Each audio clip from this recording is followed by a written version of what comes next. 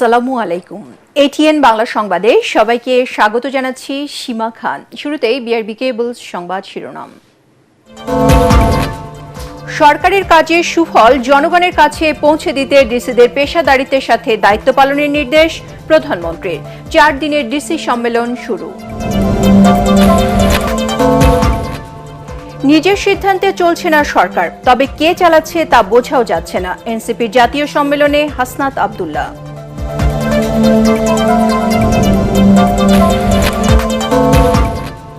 দেশে কোরবানির পশু প্রায় 1.25 কোটি, চাহিদার চেয়ে 22 লাখ বেশি। প্রাণী সম্পদ মন্ত্রী। ঢাকা উত্তর সিটিতে 16টি এবং দক্ষিণে বসবে 11টি হাট। কারাগারে থাকা সাংবাদিকদের জামিন পাওয়ার অধিকার রয়েছে, জানালেন তথ্যমন্ত্রী। গণমাধ্যম কমিশন গঠন ও মিডিয়ায় পৃষ্ঠপোষকতার ঘোষণা। এবং অস্ত্রধারী মাদক কারবারিদের বিরুদ্ধে অভিযান চলবে। DMP commissioner. ট্রাফিক আইন ভাঙলে অটো নোটিস, হাজির না হলে গ্রেপ্তারি পরোয়ানা। শুনছিলেন বিআরবি কেবল সংবাদ শিরোনাম, এবারে জানাবো বিস্তারিত। দল মত নির্বিশেষে সব শ্রেণীর মানুষকে সামাজিক নিরাপত্তা বেষ্টনীর মধ্যে নিয়ে আসায় সরকারের লক্ষ্য বলে জানিয়েছেন প্রধানমন্ত্রী তারেক রহমান। জনগণের কাছে দেয়া সরকারের অঙ্গীকার বাস্তবায়নে জেলা প্রশাসকদের আন্তরিকতার সাথে ভূমিকা রাখার আহ্বান জানিয়েছেন তিনি। রাজধানী ওসমানী স্মৃতি মিলনায়তনে জেলা প্রশাসক সম্মেলনের উদ্বোধনে প্রধানমন্ত্রী বলেন, সুশাসনই সরকারের রাষ্ট্র পরিচালনার মূল ভিত্তি। জনগণ যাতে সরকারের প্রতিটি কাজের সুফল পায় তা নিশ্চিত করার মাধ্যমে কল্যাণ রাষ্ট্র গড়ে তুলতে জেলা প্রশাসকদের পেশাদারিত্ব বজায় রাখার আহ্বান জানান প্রধানমন্ত্রী। কামরুজ্জামান রাজীবের রিপোর্ট। নীতি বাস্তবায়নের গুরুত্বপূর্ণ দায়িত্ব পালন করছে মাঠ প্রশাসন। সরকারের নীতি, উন্নয়ন কর্মসূচি ও মাঠ প্রশাসনের জনস্বার্থ সংশ্লিষ্ট প্রস্তাবের বিষয়ে সিদ্ধান্ত গ্রহণে প্রতি বছর অনুষ্ঠিত হয় জেলা প্রশাসক সম্মেলন। অঙ্গীকারবদ্ধ। সচিবালয় থেকে পায়ে হেঁটে রাজধানীর ওসমানী স্মৃতি মিলনায়তনে জেলা প্রশাসক সম্মেলনের উদ্বোধনী অনুষ্ঠানে যোগ দেন প্রধানমন্ত্রী তারেক রহমান। 4 দিনব্যাপী সম্মেলনে 56 মন্ত্রণালয়ের মন্ত্রী প্রতিমন্ত্রীরা জেলা প্রশাসকদের নিজ দপ্তর সংশ্লিষ্ট প্রয়োজনীয় নির্দেশনা দেবেন। উদ্বোধনী অনুষ্ঠানে প্রধানমন্ত্রী বলেন, জনপ্রশাসন নিরপেক্ষভাবে কাজ করতে পারলে জনরায় প্রতিফলিত হয়, যা 12 ফেব্রুয়ারির জাতীয় নির্বাচনে প্রমাণ হয়েছে। জনমানুষের আকাঙ্ক্ষার প্রতিফলন বিএনপি সরকার মন্তব্য করে প্রধানমন্ত্রী বলেন, সরকারের অঙ্গীকার বাস্তবায়নই হবে জেলা প্রশাসকদের প্রধান দায়িত্ব। জনপ্রশাসন যদি সঠিকভাবে কাজ করে তাহলে অবশ্যই জনগণের রায় যে প্রতিফলিত হয় সেটি আপনারা প্রমাণ করেছেন 12 তারিখের নির্বাচনে। অপরদিকে যদি আপনাদেরকে কাজ করতে না দেওয়া হয় তাহলে কি হতে পারে সেটি আমরা 14, 18 বা 24-এ দেখেছি। সরকারের নীতি ও পরিকল্পনা বাস্তবায়নের ক্ষেত্রে আপনারা, যা আগের বক্তাগণ উল্লেখ করে গেছেন তাদের বক্তব্যে, আপনারা বিশেষ করে বিভাগীয় কমিশনার এবং জেলা প্রশাসকগণই জনগণের সঙ্গে সরকারের প্রধান সেতু বন্ধন। তারেক রহমান বলেন, ন্যায়ভিত্তিক কল্যাণ রাষ্ট্র গড়ে তুলতে সরকার বদ্ধপরিকর। বিএনপি সরকারের রাষ্ট্র পরিচালনার মূল ভিত্তি দুর্নীতি বিরোধী কঠোর অবস্থান।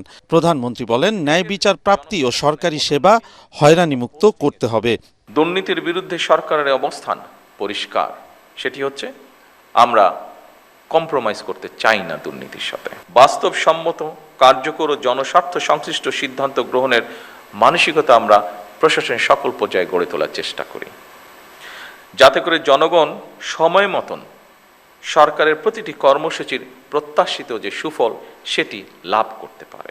জনপ্রশাসনের কার্যক্রমকে দক্ষ, স্বচ্ছ ও যোগ্য করে গড়ে তুলতে সরকার আন্তরিক। উল্লেখ করে তারেক রহমান বলেন, মাঠ পর্যায়ে দ্রব্যমূল্য নিয়ন্ত্রণ, বাজারে শৃঙ্খলা বজায় রাখা ও কৃষকদের ন্যায্য মূল্য প্রাপ্তি নিশ্চিত করতে হবে। আপনারা মাঠ পর্যায়ে সরকারের প্রশাসনিক অ্যাম্বাসেডর। দ্রব্যমূল্য নিয়ন্ত্রণ, বাজারের শৃঙ্খলা বজায় রাখা, কৃষকের ন্যায্য মূল্য নিশ্চিত করা অত্যন্ত জরুরি।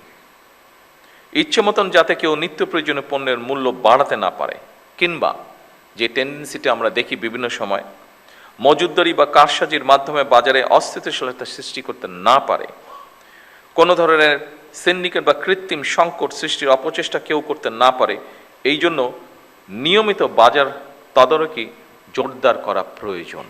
প্রধানমন্ত্রী বলেন, জাতীয় ঐক্যই হবে বড় শক্তি, জাতীয় স্বার্থে সরকারের নীতি সবার আগে বাংলাদেশ।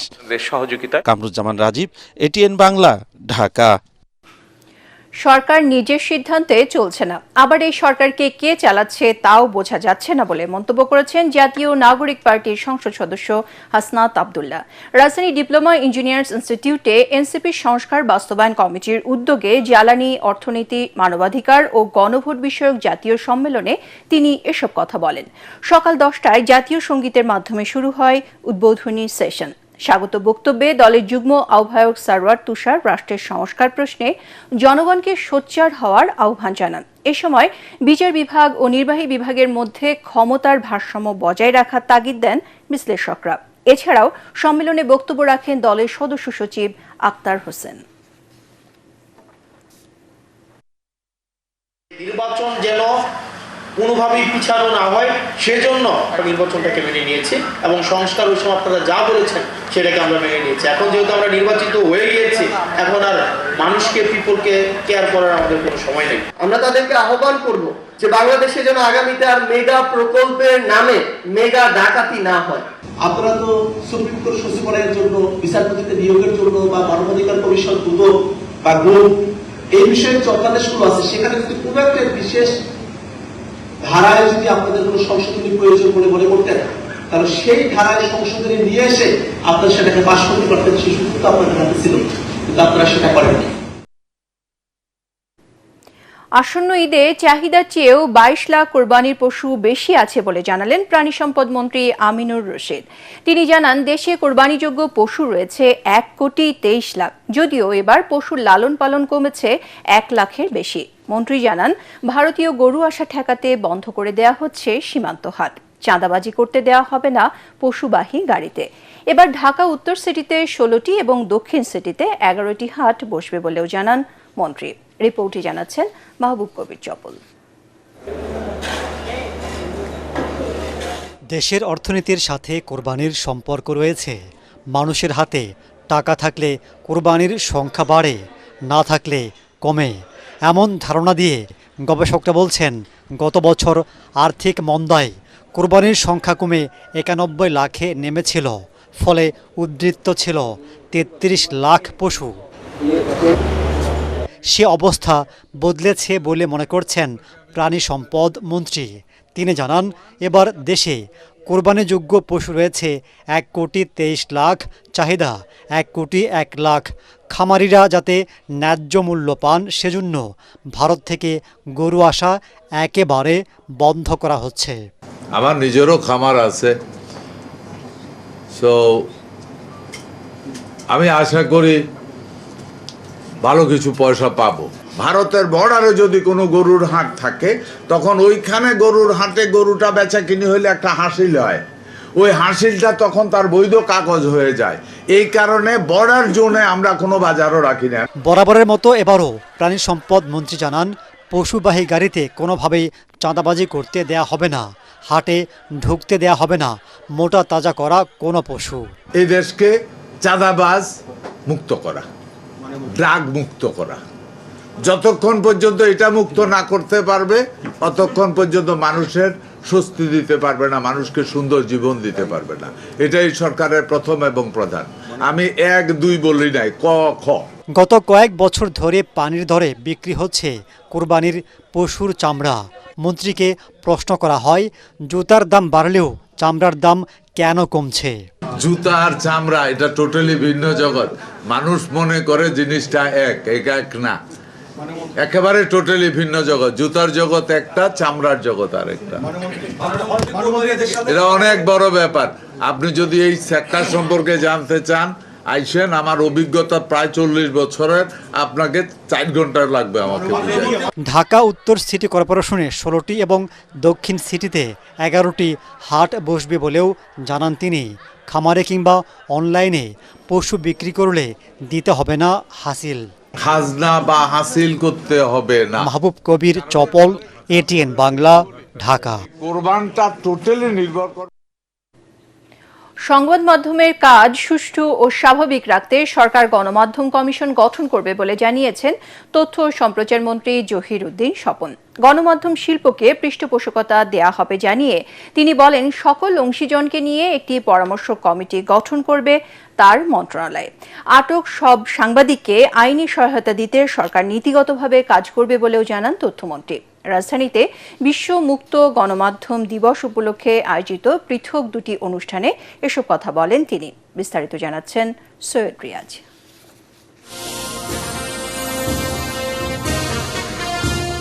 বিগত কয়েক বছরের তথ্য প্রযুক্তির অভাবনীয় পরিবর্তনের ফলে একদিকে যেমন বেড়েছে খবর প্রকাশের গতি, অন্যদিকে ভুল তথ্য ও অপতথ্যের দাপট চ্যালেঞ্জের মুখে ঠেলে দিয়েছে মুক্ত সাংবাদিকতাকে।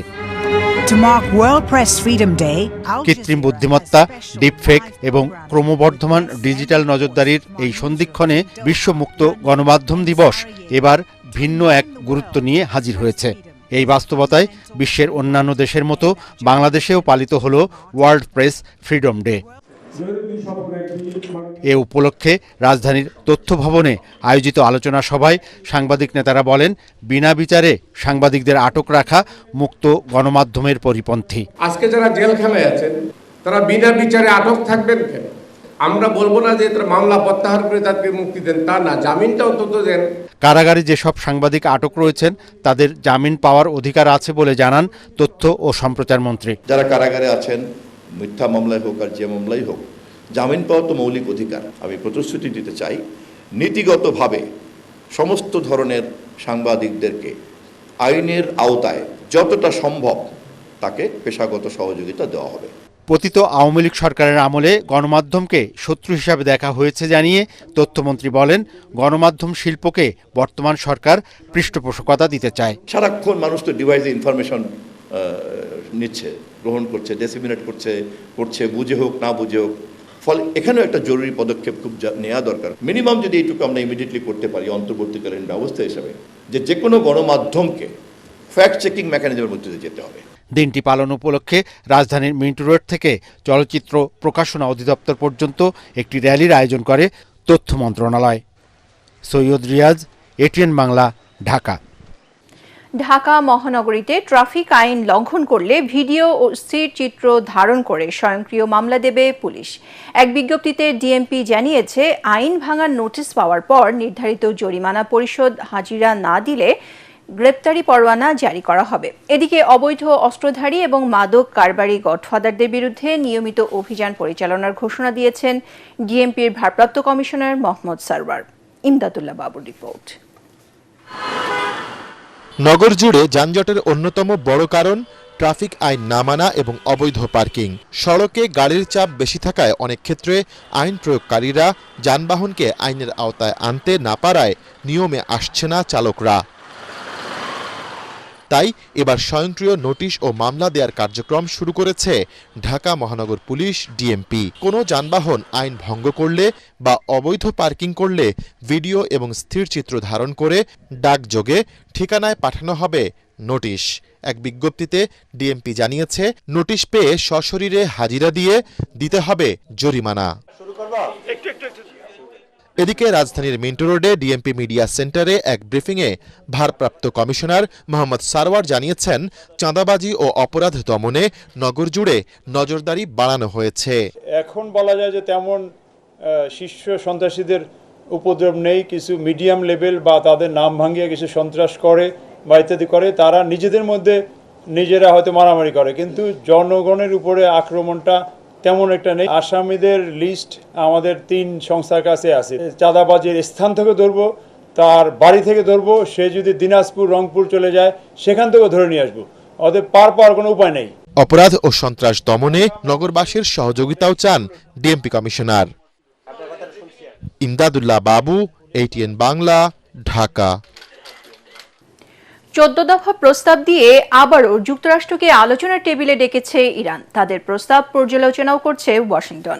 পরমাণু ইস্যুতে দুপক্ষ কিছুটা নমনীয় হলেও হরমুজ প্রণালীর নিয়ন্ত্রণ নিয়ে এখনও রয়েছে মতভেদ। যুক্তরাষ্ট্র গুরুত্বপূর্ণ এই জলপথটি নিয়ন্ত্রণে জোট করতে চাইছে, আর ইরান প্রণয়ন করতে চাচ্ছে নতুন আইন। বিশ্লেষকরা মনে করছেন দুপক্ষের আস্থাহীনতা আলোচনাকে বাধাগ্রস্ত করছে। জাহিদুল আলমের রিপোর্টে বিস্তারিত। ইরান যুক্তরাষ্ট্রের চলমান সংঘাত বন্ধে 14 দফা প্রস্তাব দিয়েছে তেহরান। ইরানের বার্তা সংস্থা তাসনিম বলছে, ওয়াশিংটনের দেয়া 9 দফা প্রস্তাবের জবাবে এই পরিকল্পনা পাঠানো হয়েছে। এতে যুক্তরাষ্ট্র 2 মাসের যুদ্ধবিরতির প্রস্তাব দিলেও তা 30 দিনের করা এবং স্থায়ীভাবে যুদ্ধ শেষ করার দাবি জানানো হয়। এছাড়া ভবিষ্যতে আগ্রাসন না চালানো, ইরানের আশেপাশে থেকে মার্কিন বাহিনী ও নৌ অবরোধ প্রত্যাহার, ইরানের জব্দকৃত সম্পদ মুক্ত করা, নিষেধাজ্ঞা তুলে নেয়া ও লেবানন ফ্রন্ট সহ সব ফ্রন্টে যুদ্ধবন্ধের নিশ্চয়তা চাওয়া হয়। এদিকে মার্কিন প্রেসিডেন্ট ডোনাল্ড ট্রাম্প জানান, প্রস্তাব পর্যালোচনা করছেন তিনি। ট্রাম্প বলেন, ইরান গত 47 বছরে মানবতা ও বিশ্বের বিরুদ্ধে যা করেছে তার জন্য এখনো যথেষ্ট মূল্য দেয়নি। একই সাথে ইঙ্গিত দেন, প্রয়োজনে আবারও সেখানে অভিযান চালানো হতে পারে। তিনি দাবি করেন, ইরান দুর্বল অবস্থায় আছে এবং একটি চুক্তিতে পৌঁছাতে মরিয়া। এদিকে হরমুজ প্রণালীতে জাহাজ চলাচল স্বাভাবিক করতে যুক্তরাষ্ট্র মেরিটাইম ফ্রিডম কনস্ট্রাক্ট নামে একটি আন্তর্জাতিক নৌজোট গঠনের চেষ্টা করছে। মার্কিন পররাষ্ট্রমন্ত্রী মার্কো রুবিও এর অনুমোদন দেন, যেখানে রয়েছে সদস্য দেশগুলোর মধ্যে গোয়েন্দা তথ্য আদান প্রদান, কূটনৈতিক সমন্বয় ও জাহাজ চলাচল নিয়ন্ত্রণ। তবে হরমুজ প্রণালী তেহরানের নিয়ন্ত্রণে রাখতে নতুন আইন প্রণয়ন করতে যাচ্ছে ইরানের পার্লামেন্ট। এখন পর্যন্ত জাহাজগুলো থেকে $2 মিলিয়ন শুল্ক আদায় করেছে দেশটি। বিশ্লেষকদের মতে, পারমাণবিক ইস্যুতে মতপার্থক্য কিছুটা কমলেও মূল বাধা আস্থার সংকট। দুই পক্ষ আলোচনায় আগ্রহী থাকলেও এখনো মূল বাধা হয়ে দাঁড়িয়েছে হরমুজ প্রণালী। একদিকে প্রস্তাব আর পাল্টা প্রস্তাব বিনিময়, অন্যদিকে সম্ভাব্য সামরিক পদক্ষেপের হুমকি। এই দুয়ের মধ্যে ভারসাম্য খুঁজছে আন্তর্জাতিক কূটনীতি, কারণ চলমান এই সংকটে প্রতিদিন প্রায় 1.5 কোটি ব্যারেল তেল সরবরাহ বন্ধ রয়েছে। জাহিদুল আলম, ATN বাংলা। সপ্তাহে প্রতি বুধ ও বৃহস্পতিবার ভার্চুয়াল কোর্টের কার্যক্রম পরবর্তী নির্দেশ না দেওয়া পর্যন্ত স্থগিত করেছেন প্রধান বিচারপতি জুবায়ের রহমান চৌধুরী। সুপ্রিম কোর্টের 2 বিভাগেই এখন থেকে সপ্তাহে 5 দিন শারীরিক উপস্থিতিতে চলবে বিচারিক কার্যক্রম। সুপ্রিম কোর্ট রেজিস্ট্রার কার্যালয় থেকে এক বিজ্ঞপ্তিতে এ তথ্য জানানো হয়। বর্তমান বৈশ্বিক অর্থনৈতিক পরিস্থিতি বিবেচনায় এবং জ্বালানি ও বিদ্যুৎ সাশ্রয় নিশ্চিত করার লক্ষ্যে গত 19 এপ্রিল থেকে সপ্তাহে 2 দিন বুধ ও বৃহস্পতিবার সুপ্রিম কোর্টে উভয় বিভাগে ভার্চুয়ালি বিচার কাজ শুরু হয়। ওই সিদ্ধান্তের বিরুদ্ধে বিক্ষোভ করে তা প্রত্যাহারের দাবি জানিয়ে আসছিলেন আইনজীবীদের একাংশ। চলতি মাসে ঘূর্ণিঝড় হতে পারে বলে জানিয়েছে আবহাওয়া অধিদপ্তর। সেই সাথে আবারও তীব্র তাপপ্রবাহ বয়ে যেতে পারে বলেও পূর্বাভাসে জানানো হয়। আবহাওয়া অফিস বলছে, ঢাকা, ময়মনসিংহ, খুলনা, বরিশাল, চট্টগ্রাম ও সিলেট বিভাগের অনেক জায়গায় এবং রংপুর ও রাজশাহী বিভাগের কিছু কিছু জায়গায় বজ্রসহ বৃষ্টি হতে পারে। সেই সাথে ঢাকা, খুলনা, বরিশাল ও চট্টগ্রাম বিভাগের কোথাও কোথাও ভারী থেকে অতি ভারী বর্ষণ হতে পারে। রাজধানী আফতাবনগর ইস্টার্ন হাউজিং এর প্রকল্পে প্লট বাতিল সহ নানাভাবে গ্রাহক হয়রানির অভিযোগ করেছেন ভুক্তভোগী প্লট মালিক ও গ্রাহকরা। রাজধানী বনানীতে ইস্টার্ন হাউজিং এর প্রধান কার্যালয়ের সামনে মানববন্ধন থেকে এ অভিযোগ করা হয়। ভুক্তভোগীদের দাবি, ইস্টার্ন হাউজিং কর্তৃপক্ষ কোনো ধরনের পূর্ব নোটিশ ছাড়াই বেআইনিভাবে শতাধিক প্লটের বরাদ্দ বাতিল করেছে। এছাড়াও পূর্ব নির্ধারিত মূল্যের বাইরে অতিরিক্ত অর্থ দাবি, নতুন চার্জ আরোপের অভিযোগ করেন ভুক্তভোগী গ্রাহকরা। মানববন্ধন থেকে সরকারের সংশ্লিষ্ট কর্তৃপক্ষের হস্তক্ষেপ কামনা করা হয়। কলকারখানার ও শহরের বর্জ্যে মুন্সিগঞ্জে ধলেশ্বরী নদীর জলজ প্রাণী বিপন্ন হচ্ছে, ফলে নেতিবাচক প্রভাব পড়ছে জীববৈচিত্র্যে। সাথে বুড়িগঙ্গা ও শীতলক্ষার বজ্র এসে ধলেশ্বরীর আরও ক্ষতি করছে। পরিবেশ অধিদপ্তর বলছে, নদী রক্ষায় চেষ্টা চলছে।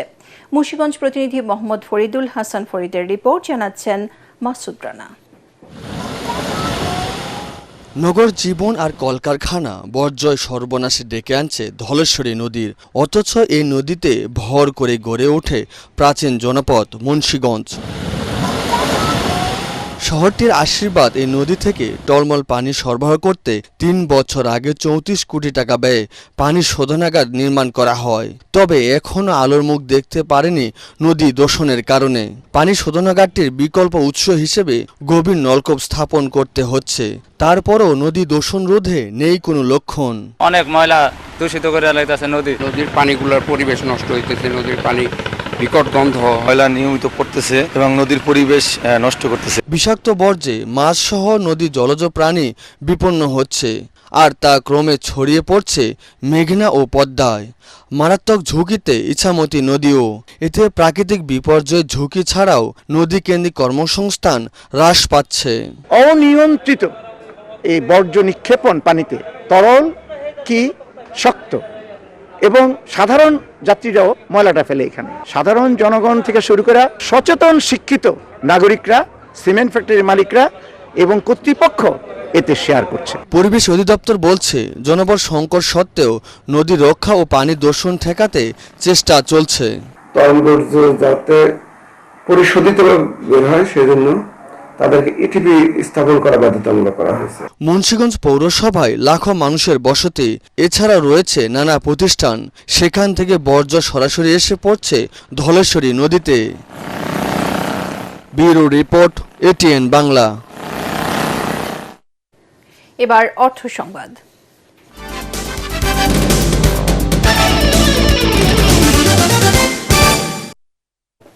আজ থেকে শুরু হলো দেশের ১১২টি সরকারি ও বেসরকারি মেডিকেল কলেজে ২০২৫-২৬ শিক্ষাবর্ষের এমবিবিএস কোর্সের ক্লাস। সকালে স্বাস্থ্য পরিবার কল্যাণ মন্ত্রী সরদার মোহাম্মদ সাখাওয়াত হোসেন সচিবালয় থেকে অনলাইনে নতুন শিক্ষাবর্ষের আনুষ্ঠানিক উদ্বোধন করেন। এদিকে বিপুল উৎসাহ উদ্দীপনার মধ্য দিয়ে আদ্দিন ফাউন্ডেশন পরিচালিত Ad-din women's medical college, Ad-din মোমিন মেডিকেল কলেজ এবং ব্যারিস্টার রফিকুল হক মেডিকেল কলেজের নবীনবরণ অনুষ্ঠিত হয়েছে। সাজ্জাদ জাহানের রিপোর্ট। রোববার সকালে ২০২৫-২৬ শিক্ষাবর্ষের নবীন এমবিবিএস শিক্ষার্থীদের ওরিয়েন্টেশন অনুষ্ঠানে ভার্চুয়ালি যুক্ত হন স্বাস্থ্য ও পরিবার কল্যাণ মন্ত্রী সরদার মোহাম্মদ সাখাওয়াত হোসেন এবং স্বাস্থ্য প্রতিমন্ত্রী অধ্যাপক ডাক্তার এম এ মহিদ। এদিন বিপুল উৎসাহ উদ্দীপনার মধ্য দিয়ে আদ্দিন মেডিকেল কলেজের ব্যারিস্টার রফিকুল হক অডিটোরিয়ামে অনুষ্ঠিত হয় ২০২৫-২৬ শিক্ষাবর্ষের শিক্ষার্থীদের ওরিয়েন্টেশন অনুষ্ঠান। এতে প্রধান অতিথি হিসেবে উপস্থিত ছিলেন আদ্দিন ফাউন্ডেশনের উপদেষ্টা অধ্যাপক ডাক্তার আনোয়ার হোসেন মুন্সি। বিশেষ অতিথি ছিলেন স্বাস্থ্য শিক্ষা অধিদপ্তরের শৃঙ্খলা বিভাগের পরিচালক অধ্যাপক ডাক্তার মুস্তাহিদ মোহাম্মদ হাসান। আমাদের টিচাররা অত্যন্ত কর্ডিয়াল, তারা তো খেয়াল রাখছে, বাড়িতেও আপনারা দেখবেন সে যথারীতি ক্লাসে আসতেছে কিনা, নিয়মিত পড়াশোনা করছে কিনা, এই দিকটা খেয়াল রাখবেন। তাহলে আমি মনে করি তারা সুন্দরভাবে পড়াশোনা করে সুন্দর ডাক্তার হবে। আমাদের লেখাপড়ার সাথে সাথে অন্যান্য মানবিক উৎকর্ষতা এগুলোর দিকে নজর দিতে হবে। অনুষ্ঠানে নবীন শিক্ষার্থীদের উদ্দেশ্যে দিক নির্দেশনামূলক বক্তব্য দেন আদ্দিন উইমেন্স মেডিকেল কলেজের অধ্যক্ষ অধ্যাপক doctor Mahmuda Hasan. Uphold the values of humanity, professionalism, compassion throughout your medical life. Finally, I would like to give thanks to the Guardian and special thanks for them for selecting the Addin Women's Medical College for your kids. এ সময় কলেজের উপাধ্যক্ষ অধ্যাপক doctor Mazharul ইসলাম সহ Ad-din medical কলেজের বিভিন্ন শিক্ষক, কর্মকর্তা, কর্মচারী ও শিক্ষার্থীরা উপস্থিত ছিলেন। পরে শিক্ষার্থীদের পক্ষ থেকে বৃক্ষরোপণ করা হয়। সাজ্জাদ জাহান, এটিএন বাংলা, ঢাকা। জলবায়ু পরিবর্তন ও বায়ু দূষণ বিশ্বব্যাপী অ্যাজমা রোগীর সংখ্যা ও রোগের তীব্রতা বৃদ্ধির অন্যতম প্রধান কারণ। বাতাসে ক্ষতিকর কণা, ধুলা, ধোঁয়া ও রাসায়নিক দূষণের মাত্রা বেড়ে যাওয়ায় শিশু ও বয়স্কদের মধ্যে শ্বাসকষ্টজনিত সমস্যা বাড়ছে। পরিস্থিতি মোকাবেলায় বায়ু দূষণ নিয়ন্ত্রণ, সচেতনতা বৃদ্ধি এবং সহজলভ্য ও কার্যকর চিকিৎসা নিশ্চিত করা জরুরি। বিশ্ব অ্যাজমা দিবস উপলক্ষে রাজধানী এভার কেয়ার হাসপাতালে আয়োজিত বৈজ্ঞানিক সেমিনারে আলোচক চিকিৎসকরা এসব কথা বলেন। আলোচকরা বলেন, অ্যাজমা নিয়ন্ত্রণযোগ্য দীর্ঘমেয়াদী রোগ হলেও অনেক রোগী এখনও ঝুঁকির মধ্যে রয়েছেন। তাই সব অ্যাজমা রোগীর জন্য ইনহেলার নিশ্চিত করা জরুরি। এর আগে একটি বর্ণাঢ্য র্যালি অক্সিজেন থেরাপি ইনহেলেশনাল টেকনিক বিষয়ক কর্মশালা অনুষ্ঠিত হয়। আধুনিকতার ছোঁয়ায় বিলুপ্তির পথে মাদারীপুরের মৃৎশিল্প। প্লাস্টিক, স্টিল, সিরামিক ও চীনামাটির সহজলভ্যতায় চাহিদা কমেছে মাটির জিনিসের, ফলে সংকটে পড়েছে শত বছরের এই শিল্প। গ্রামীণ এই ঐতিহ্য টিকিয়ে রাখতে সংশ্লিষ্টদের প্রয়োজনীয় পদক্ষেপ নেয়ার দাবি স্থানীয়দের। মাদারীপুর প্রতিনিধি এসআর শফিক স্বপনের প্রতিবেদন, জানাচ্ছেন মাসুদ রানা।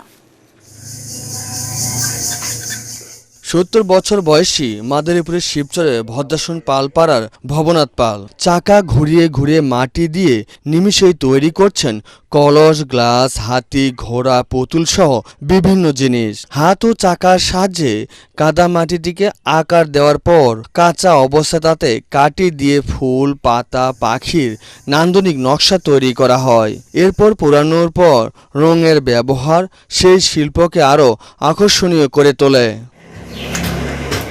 শুধু ভবনাথ পালই নয়, ভদ্রাসন পালপাড়াতে এক সময় অন্তত ২০০ পরিবার এই পেশার সাথে জড়িত ছিল। বর্তমানে তা নেমে এসেছে ২০ থেকে ৩০টিতে। এই কাজে আমাকে কোনো চাহিদা নেই, তো আমাকে এই কাজ অনেক করি আর কি, বাপদাদার কাজ নিজেরা ধরে রাখছি। মাটির বালিতে খড়িতে দাম, সবকিছু দাম, চাল ডাল সবকিছু দাম। এখন আমাকে যে পাইলে চলেই না। আগে যে পরিমাণে চলতো এখন বর্তমানে এই পরিমাণে চলে না। উপজেলা নির্বাহী কর্মকর্তা বলছেন, এই শিল্প টিকিয়ে রাখতে ক্ষুদ্র ঋণ সহ সব ধরনের সহযোগিতা করা হবে। ক্ষুদ্র ঋণ কার্যক্রম আছে, সেই ক্ষুদ্র ঋণ কার্যক্রমের মাধ্যমে তাদেরকে কিভাবে উপকার করা যায় সে বিষয়গুলো দেখব। প্রাচীন ঐতিহ্য আর সংগ্রামে গল্প বয়ে চলা মাদারীপুরের মৃৎশিল্প আজ টিকে থাকার লড়াইয়ে প্রয়োজন সময় উপযোগী সহায়তা ও সচেতনতা, না হলে হারিয়ে যেতে পারে বাংলার এই ঐতিহ্য। Bureau report, ATN Bangla. এবারে খেলার খবর।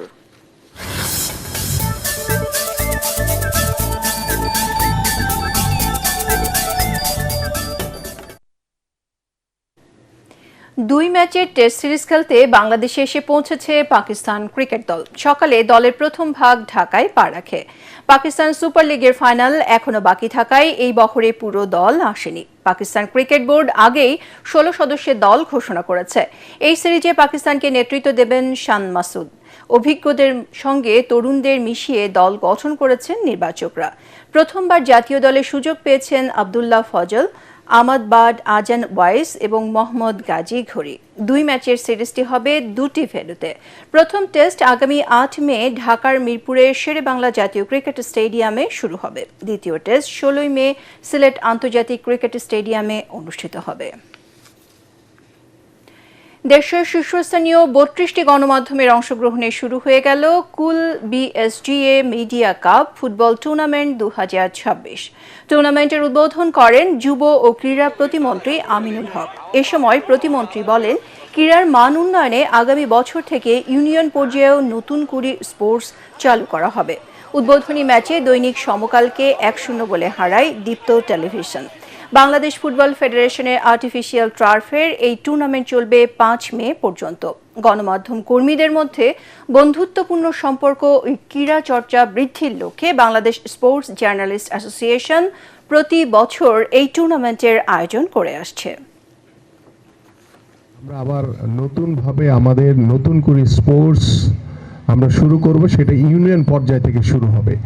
বিভিন্ন এলাকার যে যারা ক্রীড়াবিদ রয়েছে, যারা হয়তো বা কোনো প্ল্যাটফর্ম খুঁজে পায়নি তার খেলা বা তার প্রতিভাকে বিকাশ করার জন্য বা প্রতিভাকে প্রদর্শন করার জন্য, আমরা মনে করি এই নতুন কুড়ির মাধ্যমে সেই প্রতিভা বিকাশের একটি নতুন একটি অধ্যায় আমরা শুরু করতে যাচ্ছি। 3-0 গোলে এগিয়ে থেকেও বিস্ময়করভাবে হেরেছে লিওনেল মেসির দল। নিজেদের নতুন মাঠে প্রথম জয়ের খোঁজে নেমেছিল ইন্টার মায়ামি। শুরুটা হয়েছিল দাপুটের সঙ্গে। মাত্র 4 মিনিটে ইয়ান ফ্রে মায়ামিকে লিড এনে দেন। 25 মিনিটে ভেনেজুয়েলার মিডফিল্ডার টেলাস্কো সেগোভিয়া ব্যবধান দ্বিগুণ করেন। 33 মিনিটে চিরচেনা জাদুর দেখা মেলে। ডি বক্সের ঠিক বাইরে থেকে বাঁ পায়ের দুর্দান্ত এক বাঁকানো শটে গোল করেন আর্জেন্টিনার মহাতারকা লিওনেল মেসি। মায়ামি যখন বড় জয়ের স্বপ্ন দেখা শুরু করেছে, তখনই অরল্যান্ডোর অবিশ্বাস্য প্রত্যাবর্তন। আরেক আর্জেন্টাইন মার্টিন ওজেদার হ্যাট্রিকের পর টাইরাস স্পাইসার মায়ামিকে স্তব্ধ করে দেন। তাতে অবিশ্বাস্য এক জয় নিয়ে মাঠ ছাড়ে অরল্যান্ডো সিটি, আর মায়ামিকে পড়তে হয় মৌসুমের দ্বিতীয় হারের বেদনায়।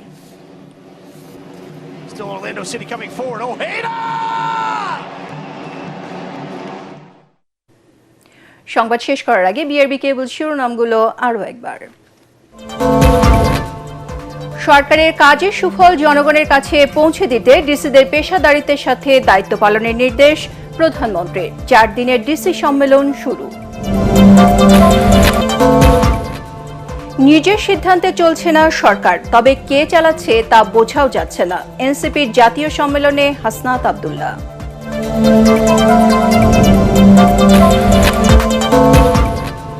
দেশে কোরবানির পশু প্রায় 1.25 কোটি, চাহিদার চেয়ে 22 লাখ বেশি। প্রাণী সম্পদ মন্ত্রী। ঢাকা উত্তর সিটিতে 16টি এবং দক্ষিণে বসবে 11টি হাট। কারাগারে থাকা সাংবাদিকদের জামিন পাওয়ার অধিকার রয়েছে, জানালেন তথ্যমন্ত্রী। গণমাধ্যম কমিশন গঠন ও মিডিয়ার পৃষ্ঠপোষকতার ঘোষণা। এবং অস্ত্রধারী মাদক কারবারিদের বিরুদ্ধে অভিযান চলবে। DMP commissioner. ট্রাফিক আইন ভাঙলে অটো নোটিস, হাজির না হলে গ্রেপ্তারি পরোয়ানা। পরবর্তী সংবাদ দেখার আমন্ত্রণ জানিয়ে এখনকার মতো শেষ করছি। ATN বাংলা সংবাদ ইউটিউবে দেখতে ব্রাউজ করুন youtube/ATN বাংলা নিউজ। ধন্যবাদ সবাইকে।